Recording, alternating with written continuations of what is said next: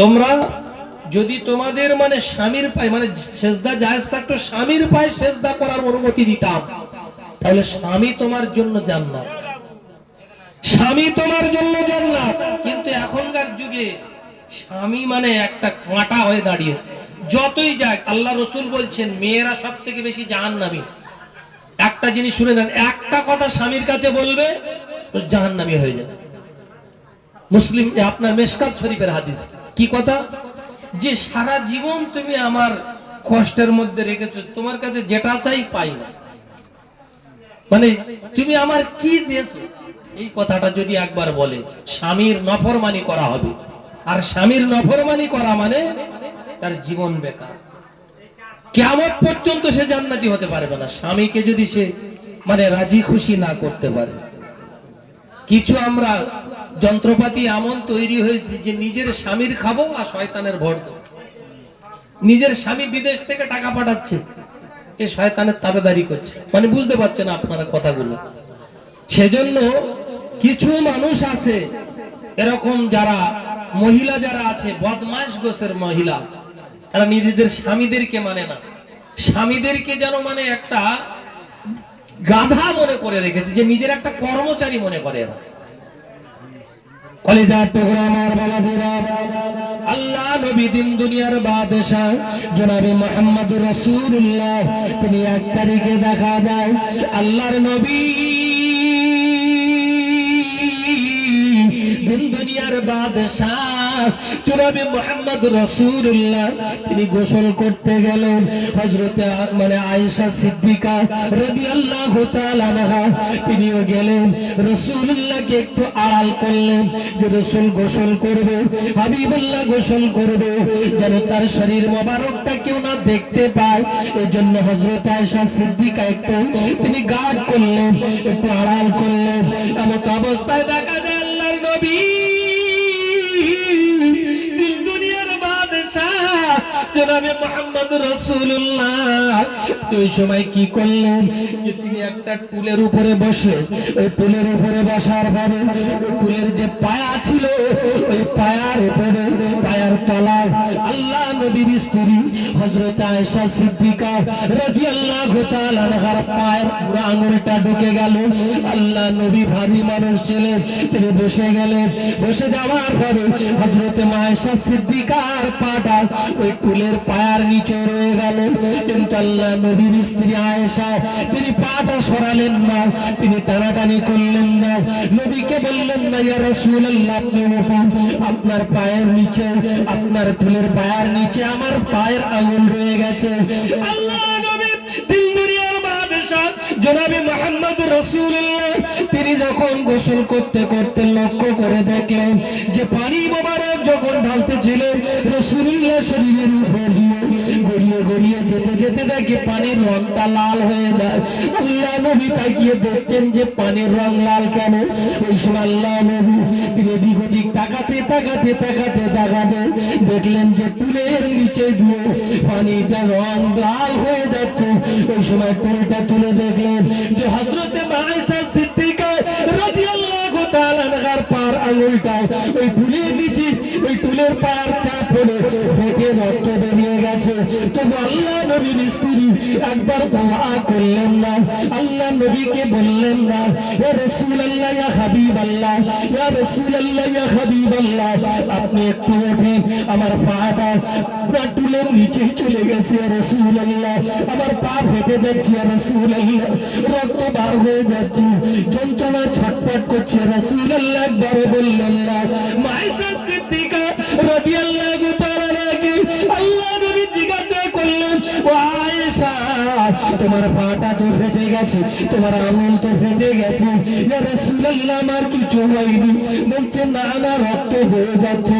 ওই সময় বলছে ইয়া রাসূলুল্লাহ যদি আমার পায়ের আঙুল কানা কেন, যদি আমার সারা শরীর ফেটে যেত আমি আয়েশা আমার একটু আপনার জন্য কোনো দুঃখ হতো না। আরে কি ধরে বলুন সুবহানাল্লাহ।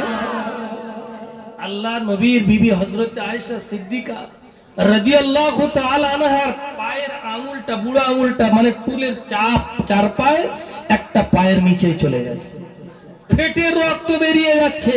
তো আল্লাহ নবীর বিবি আয়েশা একবারও বলছে না ইয়া রাসূলুল্লাহ আমার যন্ত্রণা হচ্ছে, পা কেটে যাচ্ছে, ফেটে যাচ্ছে, ছটফট করেনি, একবারও বলেনি। কিন্তু আমি আপনি, আমার আপনার ঘরের যদি স্ত্রী হয়, ওই টুলে বসা তো যেমন তেমন ওখানেই মানে ঘাড় ধরে শুয়ে ফেলে, জীবনের মতো গা ধোয়া শিক্ষা দিয়ে ছেড়ে দেবে।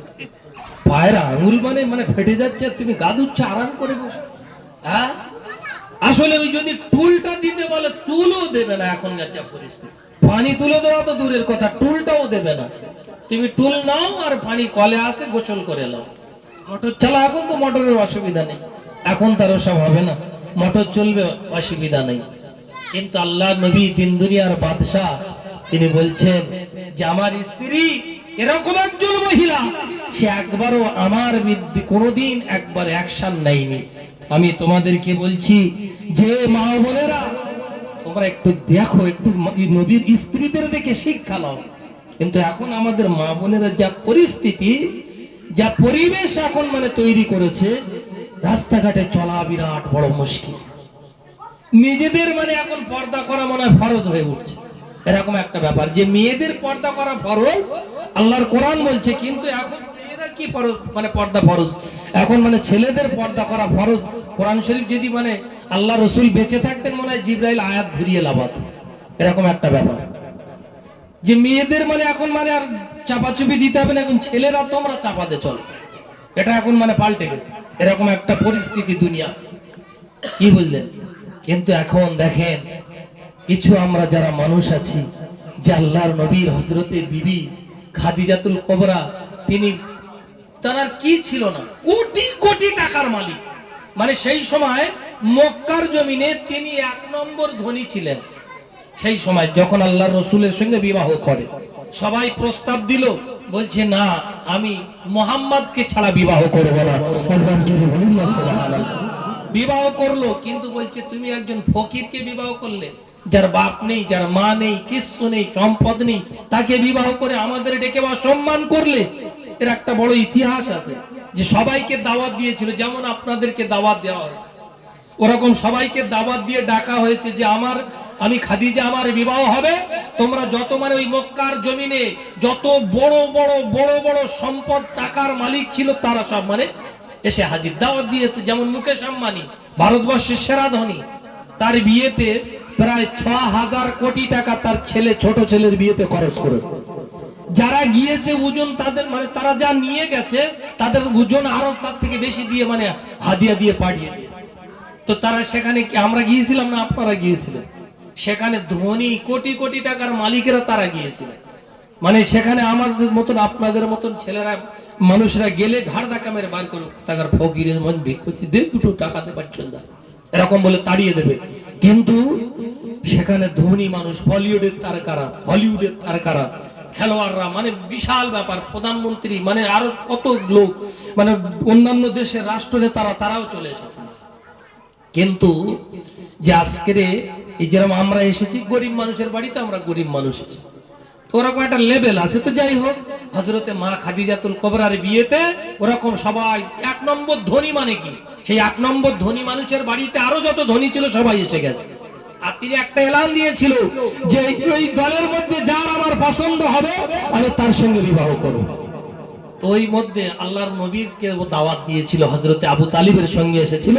নিজে ওখানে যখন প্রস্তাব দিল, সবাই বলছে আমাদেরকে অপমান করা হলো, যে তুমি মুহাম্মদ রাসূলুল্লাহকে বিবাহ করে আমাদেরকে মানে অপমান করলে, আমরা তো ধনী মানুষ, আমরা কি দেখতে কি খারাপ? ওই সময় আয়েশা মানে হযরতে মা খাদিজাতুল কুবরা রাদিয়াল্লাহু তাআলা আনহা, তিনি বলছেন যে তোমরা আমাকে কটাক্ষ করছো যে আমি একজন ফকিরকে বিবাহ করেছি, তাহলে তোমরা দেখো হযরতে মা খাদিজাতুল কুবরা রাদিয়াল্লাহু তাআলা আনহা, তিনি সমস্ত কিছু যা কিছু ছিল, দলিল দালাল শংসাপত্র যা কিছু ছিল, ঘরের চাবি কাঠি যা ছিল, আয়রন চেস্টের চাবি, আরো যা কিছু ছিল, ধন দৌলত সম্পদ, সমস্ত বর্তের সম্পদের যত যা কিছু ছিল, আমার নবী ওই মজলিসে ডেকে সব কিছু হাতে তুলে দিয়ে বললেন যে মক্কা ধনীরা, ও মক্কার ধনীরা, নামি দামি ধনীরা, তোমরা শুনে রেখে দাও, দাও, আমি খাদিজা তোমাদেরকে জানিয়ে দিলাম যে আমি খাদিজা তোমাদেরকে শুনিয়ে দিই যে মুহাম্মদ রাসূলুল্লাহকে আমি এই সমস্ত জিনিসের মালিকানা বানিয়ে দিলাম। আর একটু জোরে বলুন না সুবহানাল্লাহ। ওই সময় বলছে এবারে তাহলে তোমরা বলো যে এখন তোমরা ধনী না মুহাম্মদ রাসূলুল্লাহ ধনী? তখন ওই সময় তারা বলতে লাগলো যে খাদিজা এখন এই মুহূর্তে মুহাম্মদ হলো 1 নম্বর ধনী আর তুমি হলে এখন বিশ্বের 1 নম্বর ভোগী। ওই সময় হযরতে খাদিজা বলছেন যে আমি এই 1 নম্বর ধনী মানুষের সঙ্গে আমি একেবারে নগণ্য একজন ভিখারি আমি খাদিজা বিবাহ করতে চাই। জোরে বলুন, আর একটু জোরে বলুন সুবহানাল্লাহ। এরকম এখন কেউ আছে যে আল্লাহর নবী গরিব, কিছু নেই, মানুষ খারাপ বলছে, তাই নিজের সম্পদ রসুলের নামে লিখে দিলেন, যাও মুহাম্মদ রাসূলুল্লাহকে লিখে দিলাম, এবার আমি বিবাহ করব। আর এরকম যদি কেউ ভুল করে কোনো মেয়ে ছেলে লিখে দেয়, এ স্বার্থপর সঙ্গে করে কেটে পড়বে, বলবে তোর যখন মানে লিখে দিয়েছি তুই আর তোর কাছে আমি এবার অন্য জায়গায় যাই। এই দুনিয়া এরকম আছে কিছু না। আর যদি এর আবার আরেকটা চলছে যে যদি কোনো কিছু মানে আমি বাপের বাড়িতে নিয়ে আসি, এরকম মেয়েরা আছে দুটো